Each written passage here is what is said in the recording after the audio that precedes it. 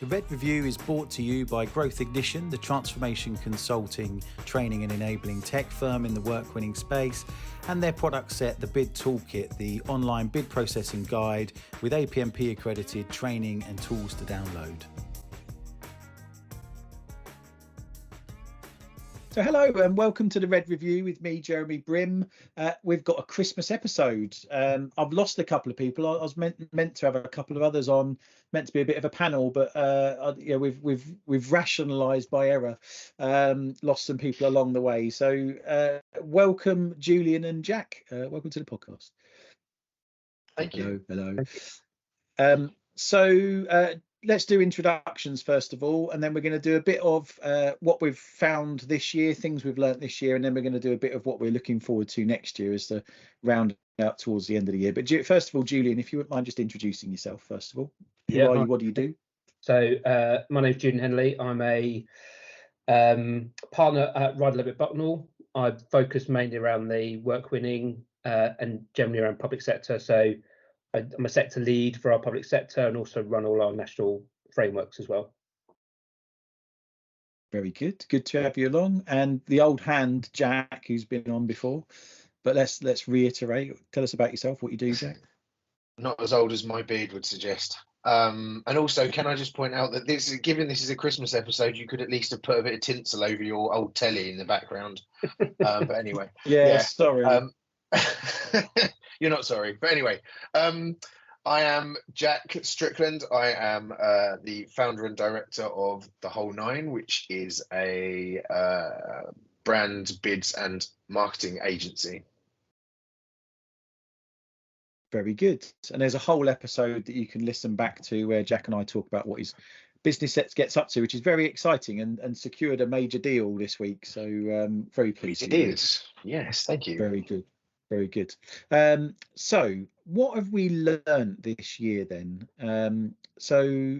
Julian, you had one good point to kick off on, I think, first of all. Yeah, the one thing I've found out, and this is pertinent to next year, is around the procurement regs and I suppose the current misunderstanding around how they're applied.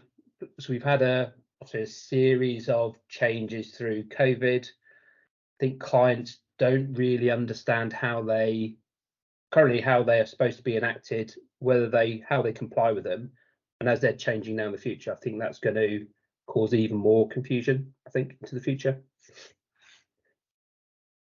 Yeah, I think it's interesting. So the episode that's just gone out earlier last week, by the time this one goes out, with Rebecca Rees from Trowers and Hamlin, who's like a leading procurement lawyer, was all about the new Procurement Act that's going to be released in October next year. And you're bang on, Julian. It's going to be quite bumpy, I think, was what I took away from the conversation with Rebecca. Classically, because the legislation was born during the Boris and Cummings era, and as we record this, Boris is on the stand at the COVID inquiry, just kind of brings back to you that whole kind of Trump and Boris era of, let's say, light on detail, and it's come through in what we're going to find in the new act, I think. So particularly where they're going to have the competitive flexible procedure, I think it's called, Rebecca was saying, where clients will basically be able to do pretty much what they like, really, or there's some decent flexibility in there.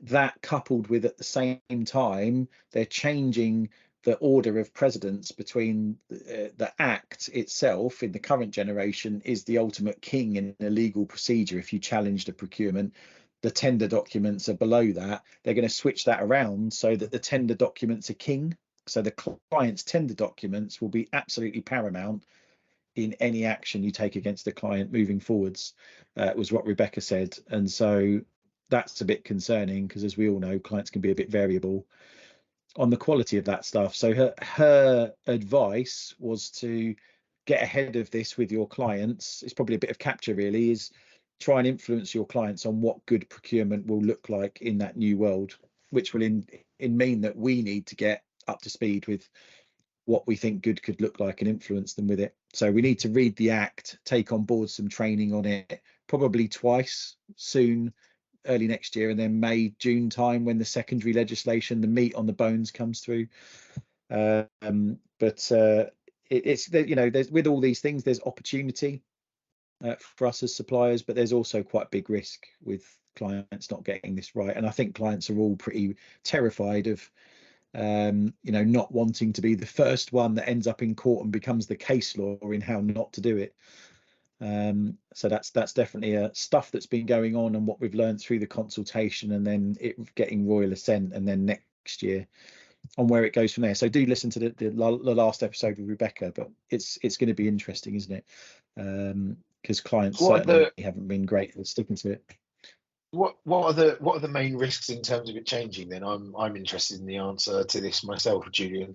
So obviously you've raised this as something that is something for people to think about. So what are moving from a place where people aren't doing it well in the first place, what are the main risks then to then having a shift where someone doesn't really understand how to do it well, to a position where they don't understand how to do it well, and also it's now changed in shape? So yeah, I think from the stuff I've heard, there is, I suppose, one positive is there's quite a lot of training now, and the UK government or Cabinet Office is doing a lot of cascaded training. I think the problem is, like most public sector organisations, everyone's really busy or resource stretched. So actually trying to learn something and then trying to enact it is really hard. To try and do that over and above your normal day job, I think the people thing is always the biggest risk, is that learn it, understand it, interpret it. I suspect one of the things you picked up, Jeremy, is when that first challenge comes in, because the tender documents take precedent, I think that will scare people off. And I think there'll be, I think when clients spend a lot of time developing their tender documents and they think they're great, as bidders or bid managers and bid experts, you look at them, there's suddenly loads of clarifications. They're never correct. There's always misinterpretation. I think clients need a better understanding and need more private sector knowledge around how to create good tender documents. Yeah. Like I've always said, Julian, I stood up at a conference. So I used to do loads of work for YPO, the big procurement body. And I stood up at one of their conferences in front of 250 procurement people and said, run a hackathon. A year before you run a procurement, these procurements are coming. None of this is a surprise. I'll pretend I'm not irked that you keep punting them out in the summer and at Christmas time when they've been coming for 5 years or whatever. You've all got a plan, you know what's coming, but just get a bunch of suppliers in a room and say, how should we procure this? What should the spec be? What should the questions be? How should the scoring criteria work? So you don't end up like CCS with 1,200 clarifications on your poxy documents. Just ask us how it would work, because we're 5 years ahead of you, because the last time you procured it was 5 years ago or whatever.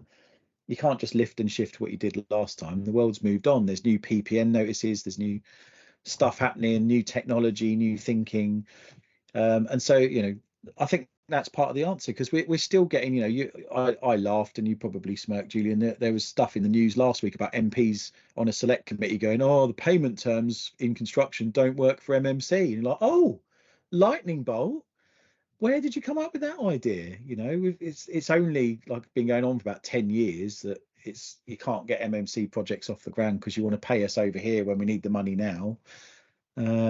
So yeah, just ask the market. We don't have to be big scary people on the other side of the fence that should be held at arm's length. When we get to a proper procedure and a compliance driven thing, fair enough, but you've got all this opportunity whilst shaping your category strategy,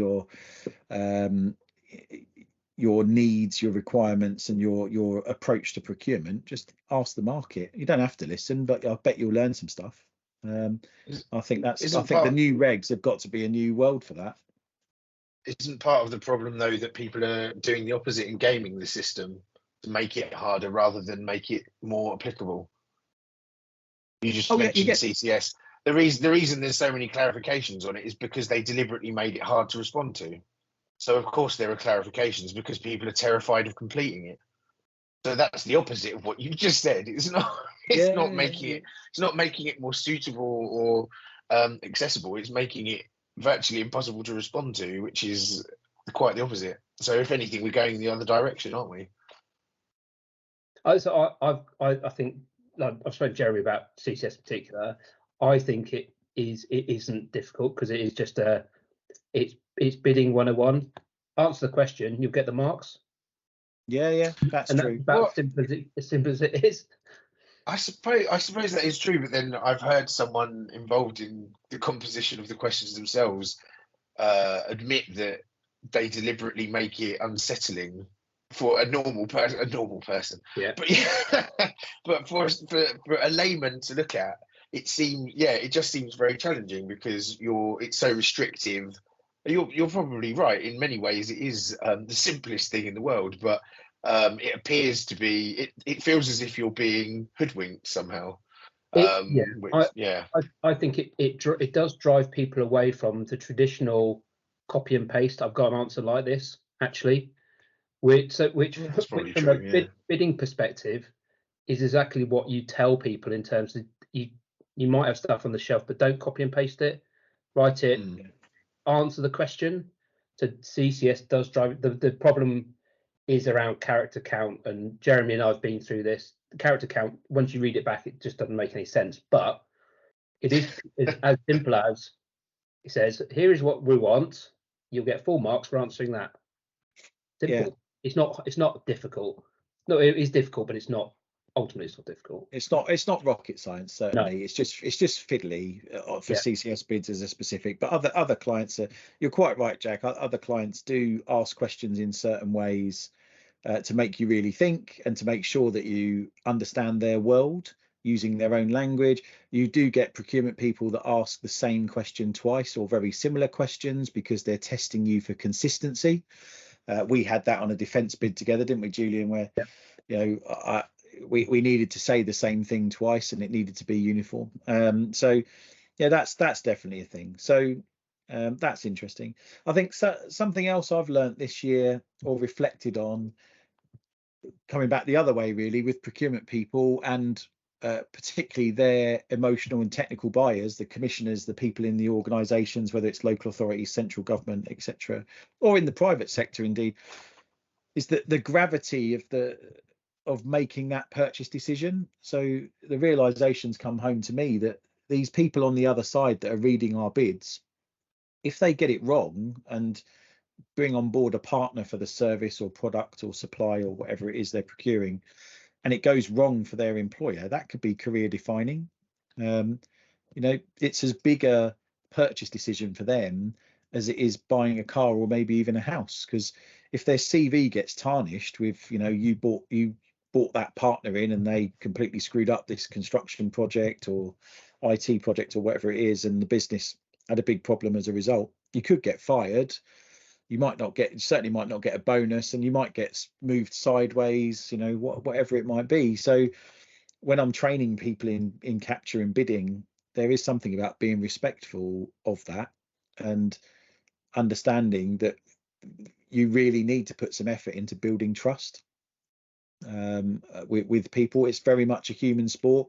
It's why I've bristled a bit. We might touch on PAS 360 later on, but in there it says you can kick a bid off by email. No, you can't. It's a human sport. We're asking people to give up evenings and weekends perhaps, but certainly utilization, to work with us on a bid with probably nothing to give them in return. You've got to look after people and engage them effectively and all of that kind of stuff. And so that whole bidding being a human experience, against a backdrop of everyone talking about AI and how it's going to be all automated. CCS, apparently, Julian, have procured an AI platform to read bids in the first instance, probably keyword matching and beyond. So we've got an AI thing to write them anyway, so to be computers talking to each other.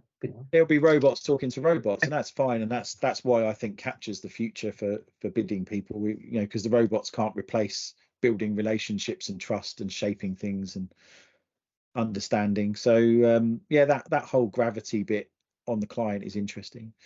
The other thing, Jack, that we had an experience on, or I asked for your coaching on this year, is how the world of work has changed. So I touched on this with Mike in previous iterations of the podcast, but it's come home to me again this year that, you know, the world of work was meant to have changed forever, wasn't it? We were all meant to be working at home a lot more and all this sort of stuff, but then it feels like it's snapped back now, like the pandemic never happened. But there are elements of things that have definitely changed in people's behavior. So for instance, I was saying off camera that I phoned Jack up for a bit of coaching because I had a fallout with a client, where I'd phoned them up to tackle a particular issue, and I was fairly robust with them. I wasn't having a great day, actually. I'd curved an alloy on my car. I'd had a phone call from my diabetes consultant to bollock me because my levels were too high again. Done very well at that recently, so this was a few months ago, but wasn't in a good mood, and very uncharacteristically I phoned this person up, and actually they were not unhappy with what I had to say to them. They were unhappy that I phoned them, which was a new thing for me. So Jack coached me at the time that maybe the world's changed around forms of communication and how people work and stuff. But I don't know, what do you guys find? Jack, what did you tell me when I phoned you up about that? Well, I think the standard, as in the bottom level of acceptable behavior, I think has changed. It's adjusted, and whether we like it or not, or whether people like my dad likes it or not, because he would say you should always talk to someone, don't send people emails and so on and so forth. In actual fact, particularly with relationships from, you know, service provider to client, or business development person to potential purchaser of goods or services, people want the ability, because they have an electronic wall between them and the world, which generally exists between them and everything. They want the ability to use that wall as a method of choosing whether to engage with that or not.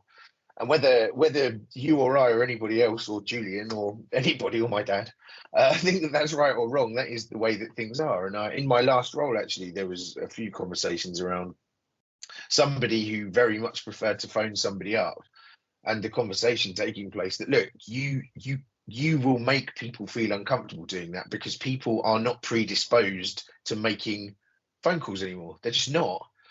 And whether you like it or not, you have to start to build your interactions with people around that concept. The sales funnel thing you referred to earlier is one such thing. What you're doing in effect is, as a human being, you're building what is almost an automated, robotic system of processes and procedures, where platforms and pieces of information interact with almost faceless inboxes and channels of communication. It's quite weird when you start to piece all this together, because what in effect you're doing in terms of sales and marketing, the way that bids are managed, is increasingly dehumanized. You're saying it's a human sport. Increasingly, the whole thing is dehumanized.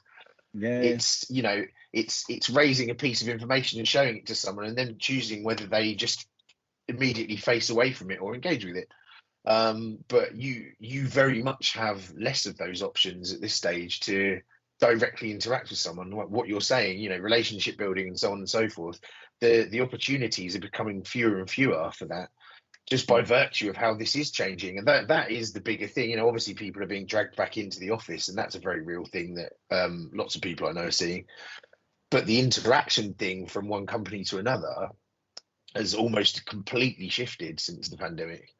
Yeah, no, I learned a lot from that. How are you finding that, Julian? Because you're trying to engage with clients and working with colleagues and all of that kind of stuff. So I suppose I suppose reflecting what Jack was saying, I think there is a tendency, because people are busy and they're, I suppose, generally unproductive, I guess, is to send an email and go, I've sent an email, therefore my action's done. And I'll copy in loads of people, because that means they will know about it, and then the action's further done. So I think there is a tendency to hide behind that. And now we've got Teams as well, WhatsApp groups, email, etc. There's more ways of just disconnecting from people. And actually, when I think even people going into the office, there's that less interaction between people as well. People going into the office to go to work, but they're still sending an email, and actually trying to get people together and talk about it is quite refreshing actually. And actually building up those relationships and speaking to people face to face, it's more novel now, therefore it's more you get more out of it, I think. Yeah, you have to kind of plan the interaction better, don't you? You kind of got to stage those interventions. It's about shifting from everyone sitting together, phoning each other and talking to each other, to work happening perhaps in isolation, but then having collaboration events where you do the thinking and shaping and then go. So it turns into like a Scrum methodology of sprints, doesn't it, I guess? Yeah. If you do some work, collaborate, do the next bit of work, collaborate, do the next bit of work. Yeah, I've learned a lot about that this year. It was a bit of an eye-opener for me. There's quite a big emotional intelligence thing involved in that, isn't there? Because if you're talking at the end we were before, where you don't necessarily have the relationship, you don't need to apply that so much, but people probably want the cool distance. The interesting thing I had recently was where, although many people choose to try to operate remotely to the greatest possible extent, I was doing a little project for a client, and they said that very, very explicitly, where I'd tried to crack on with things on my own without placing too much onus on them to guide me. What if it's a shame we didn't have time to actually sit together for half a day when we started this project, because I could have just drawn all this out for you. And so it is interesting that your natural instinct is to shy away from that, but actually some people are crying out for it. As I say, you can only really judge that by dealing with, it is an emotional intelligence thing. You can only judge that based on the way the person directly interacts with you. Which is quite a challenge, because, as I say, your natural instinct is to drive sort of almost aggressively away from choosing to do that, which is strange. Yeah, it's going to be interesting to see how it pans out further and further in the coming years, isn't it? It's going to be fascinating, I have to say. I mean, Jack and I had a lovely day last week where we got to spend some time with our friend Zoe, who started her fit out business with some partners just over 4 years ago, and we were both involved in initiating that. She was just going to take a job with a fit out contractor, and I talked her into having a chat with her mum about it and getting some confidence. She started the firm, and now they're a 45 million turnover business, and we're in an office with 90 people the other day. So it was a beautiful thing. But it was funny over the second or third gin and tonic, Jack, where Zoe was saying all of the staff come into the office. They're very much in it together, collaborate, because they're very design led, which was interesting, quite interior design led. So they want to feel the materials and figure stuff out. How are we going to build this stuff, make models, sit together, look at the BIM model, all that kind of stuff. So, but yeah, I wonder how these things will pan out for businesses like that and others moving forwards. I think it's going to be interesting off into the future. So what are we looking forward to next year then? So new procurement regs are going to be a thing, or act, as we've discussed, for public sector facing people and regulated industry. I think there may be some car crashes along the way with that. There's some big bids on the horizon from friends and people that I work with and people that listen to the podcast. There's the new Department for Education framework for contractors, where apparently they're going to move to a more alliancing model, and they're going to smash together main construction and the MMC stuff. And DFE in government terms have always been seen as kind of the interesting leader in modern methods of construction and being forward thinking. Perhaps us in the market who are involved in building residential stuff and interesting stuff might think that's not quite accurate, but they're probably the furthest ahead in government world. So that's going to be interesting. And there's management consulting 4, the next version of MCF 3, which was the famous framework that Grant Thornton won all their very big day rate work through during the pandemic. So that's quite a big bid for, and there's various lots of professional services stuff, management consulting stuff, HR. I'm going to look to perhaps bid that myself, or with partners, to get at the training sub lot of the HR lot, for instance. So that'll be an interesting bid. in the summer, perhaps, or September time. But what else have we got going on next year that we're looking forward to in winning work, apart from Jack making loads of money? I'm not sure Julian's looking forward to that, but yeah, I certainly am. You can take us out for a few beers. I look forward to that. Oh, absolutely. Well, there we go. It's something for us all to look forward to. Yes, absolutely. I would say, actually, just to lead on from something you said when we were having a quick chat before. Now that the PAS 360 standard in the form that it's in has appeared, something I am interested in for all parts of the kind of work that I've historically done is how people perceive it, whether it starts to get used, what happens with it, because it's an interesting thing to have appeared, particularly in the format that it's in, without getting into the minutiae of why it may or may not have been the best idea in the world. But it certainly is something that, interestingly, is still leaving itself open to interpretation, which is the opposite of what it should be. And so it's interesting for me to see where that will go, personally, because I think if you could embrace that lock, stock and barrel and try to live by its standard and see what happened, but there are parts of it that no business in the world does, to the best of my knowledge. Or quite importantly, should do. Well, yes, but this is the thing. So I'm just, business is finding out it even exists, because obviously it was not released with huge fanfare as you would expect when, if you take construction as an example, everybody is actively involved in this extremely challenging environment of bidding, winning work, and the various levels of commitment, resource, time, money that it takes. And if you ask the average person, I believe they would not know it exists, which is bizarre, given how many people work in the field we work in.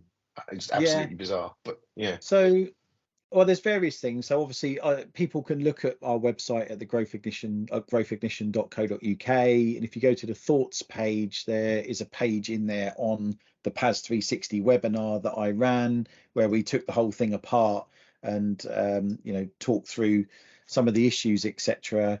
There was, in terms of, so they're welcome to go and digest that and download the standard from there and make their own judgments. First of all, I should say, Jack, just to correct something, it is a wonderful idea. It's a great idea, and it's absolutely the sort of thing that APMP should be sponsoring.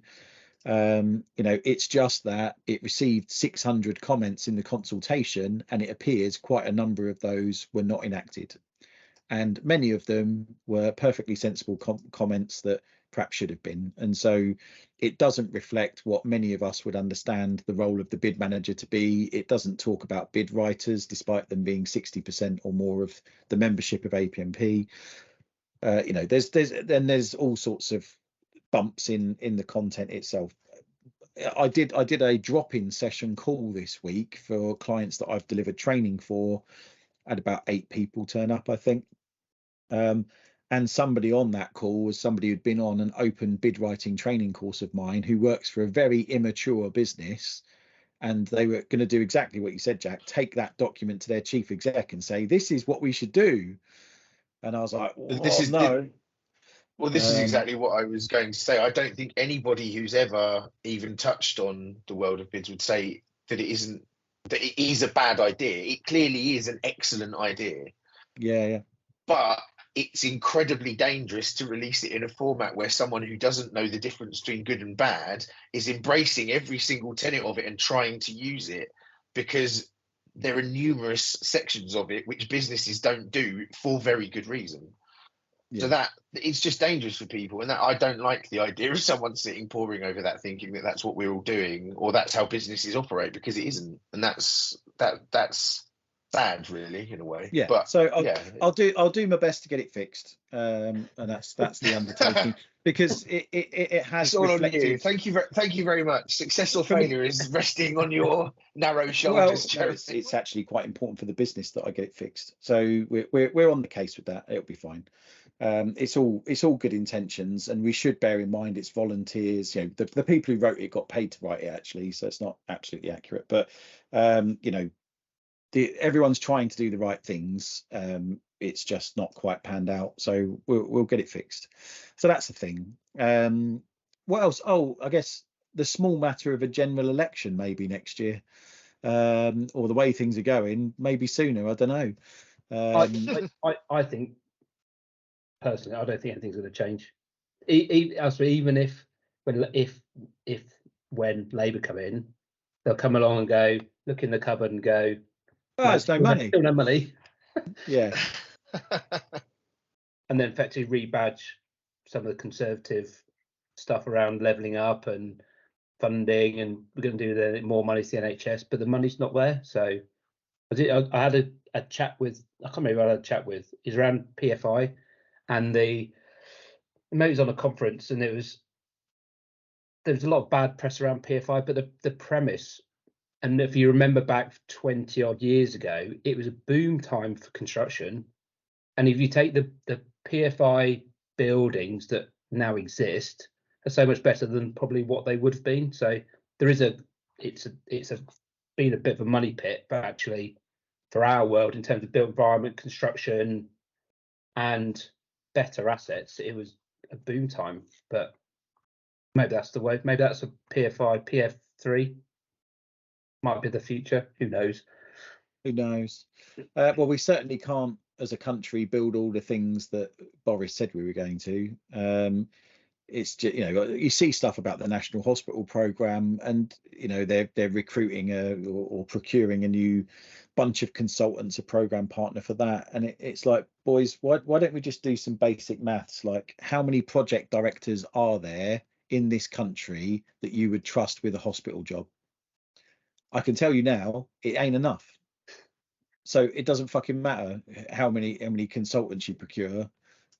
It's actually how are you going to deliver the thing is the bigger problem, really. That we keep looking in the wrong places, but because it's not just hospitals, it's prisons, it's schools, it's and there ain't the budget for it anyway. So at some point, someone's going to have to be honest. You get the Chinese in; they're very good at building stuff very quickly. Oh, apparently so. Yeah, apparently so.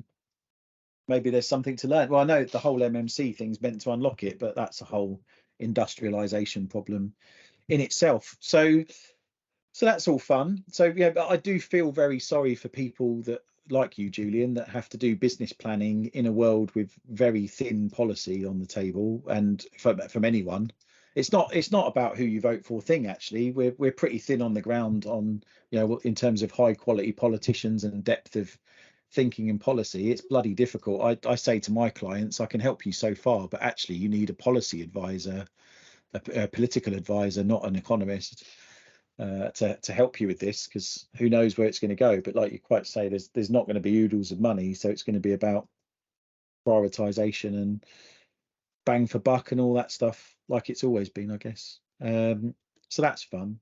I guess other things that are going on that are exciting, if I may blow the old trumpet or market stuff. So I've just got off a call actually with the Department for Business and Trade. I've just had my annual audit on how I've done with my training for them, which they were very happy with. It got a bit prickly about certain bits, as you do with civil servants and things, but generally they're going to carry on next year and all that sort of stuff. But so we've got our free business challenge that starts on the 12th of January with them. 5 free webinars, completely free. Just got to register with the Export Academy that take you through business planning, marketing 101 for non-marketeers, and all of that game, which I'll come back to actually, because there was a point on social media, wasn't there, and things that we were talking about to finish.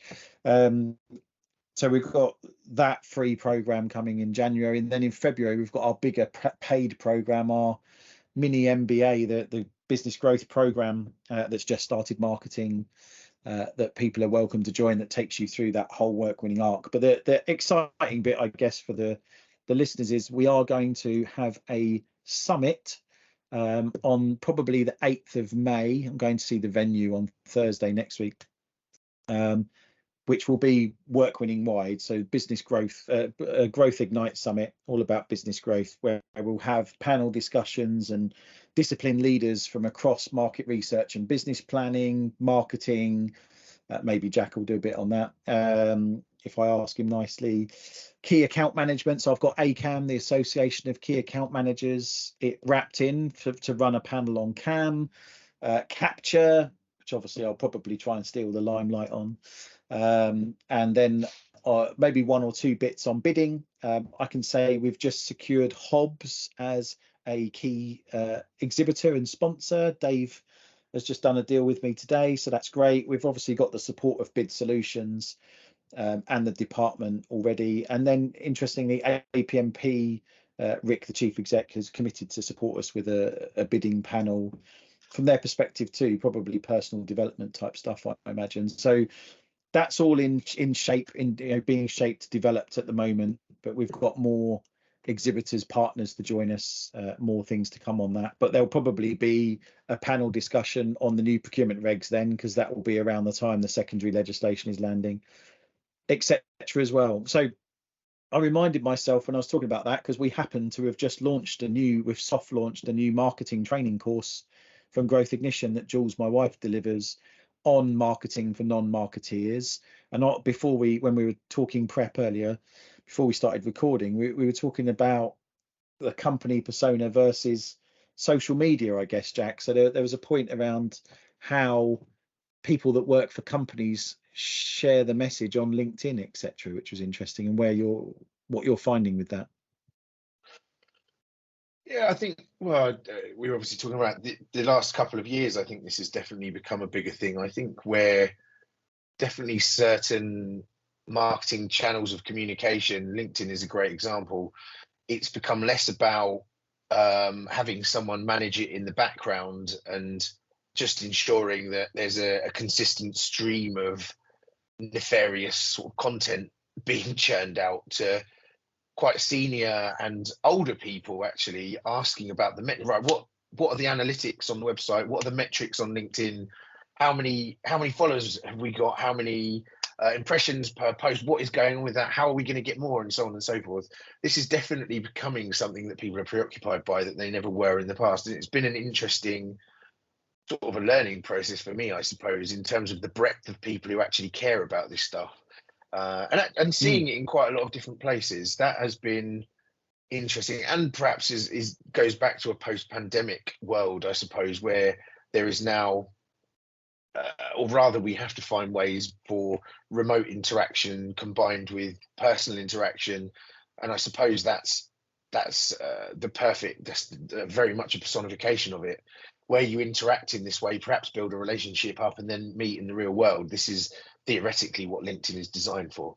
But yeah, certainly the interest in that has been very interesting. I think it's changing in terms of the importance that particularly people who've been professional and working for longer are realizing is a lot more important than they probably would have cared to admit in the past. Yeah, so that's been a very interesting thing. And we obviously spoke about the challenges of the professional versus the personal, and where I guess in the past people have perhaps, when they're going through a recruitment process, might have gone and looked at whether someone had a Twitter account and whether they're saying mad things about people at the weekend and so on and so forth, which already was blurring the lines between what's acceptable in terms of somebody's personal persona and their professional persona, whether those two things are actually interlinked or not, and so on and so forth. But the LinkedIn thing is much grayer and more challenging, I think, because businesses obviously want their staff to be saying the right things about the business, but also then to be towing the party line, as it were. But how to what extent can you ask someone to say what you think is right versus what they think is right, and whether indeed is their right to express their opinion about a business when the business doesn't want that to happen? It's it is there are some desperately sort of 1984-esque components to this, which are, I imagine, incredibly challenging to navigate, really, if you're a business owner and you're trying to think about how to ask people to do the right things. It must be incredibly difficult. Yeah, well, Jules is available, power hours and consulting and all that sort of stuff. You can reach her through the Growth Ignition site, and Jack likewise. I'm sure as part of bigger programs you're happy to coach clients on that stuff. But it's interesting how it's going to pan out, isn't it? Because we are seeing people more have a voice. And I have seen some really mad stuff on LinkedIn this year, you know, people saying some really quite political, divisive, you know, difficult things, and quite, you know, and not a lot of people giving them a like, as it were, you know, all that kind of stuff. So it is interesting, isn't it? Well, we've run out of time, chaps. So we're a minute over. So I really appreciate you coming on. Merry Christmas, we should say. I hope you have a good festive period, as this is our Christmas episode. And yeah, look forward to hanging out with you both and doing some good work next year. Thank you very much. Thank you. Thank you.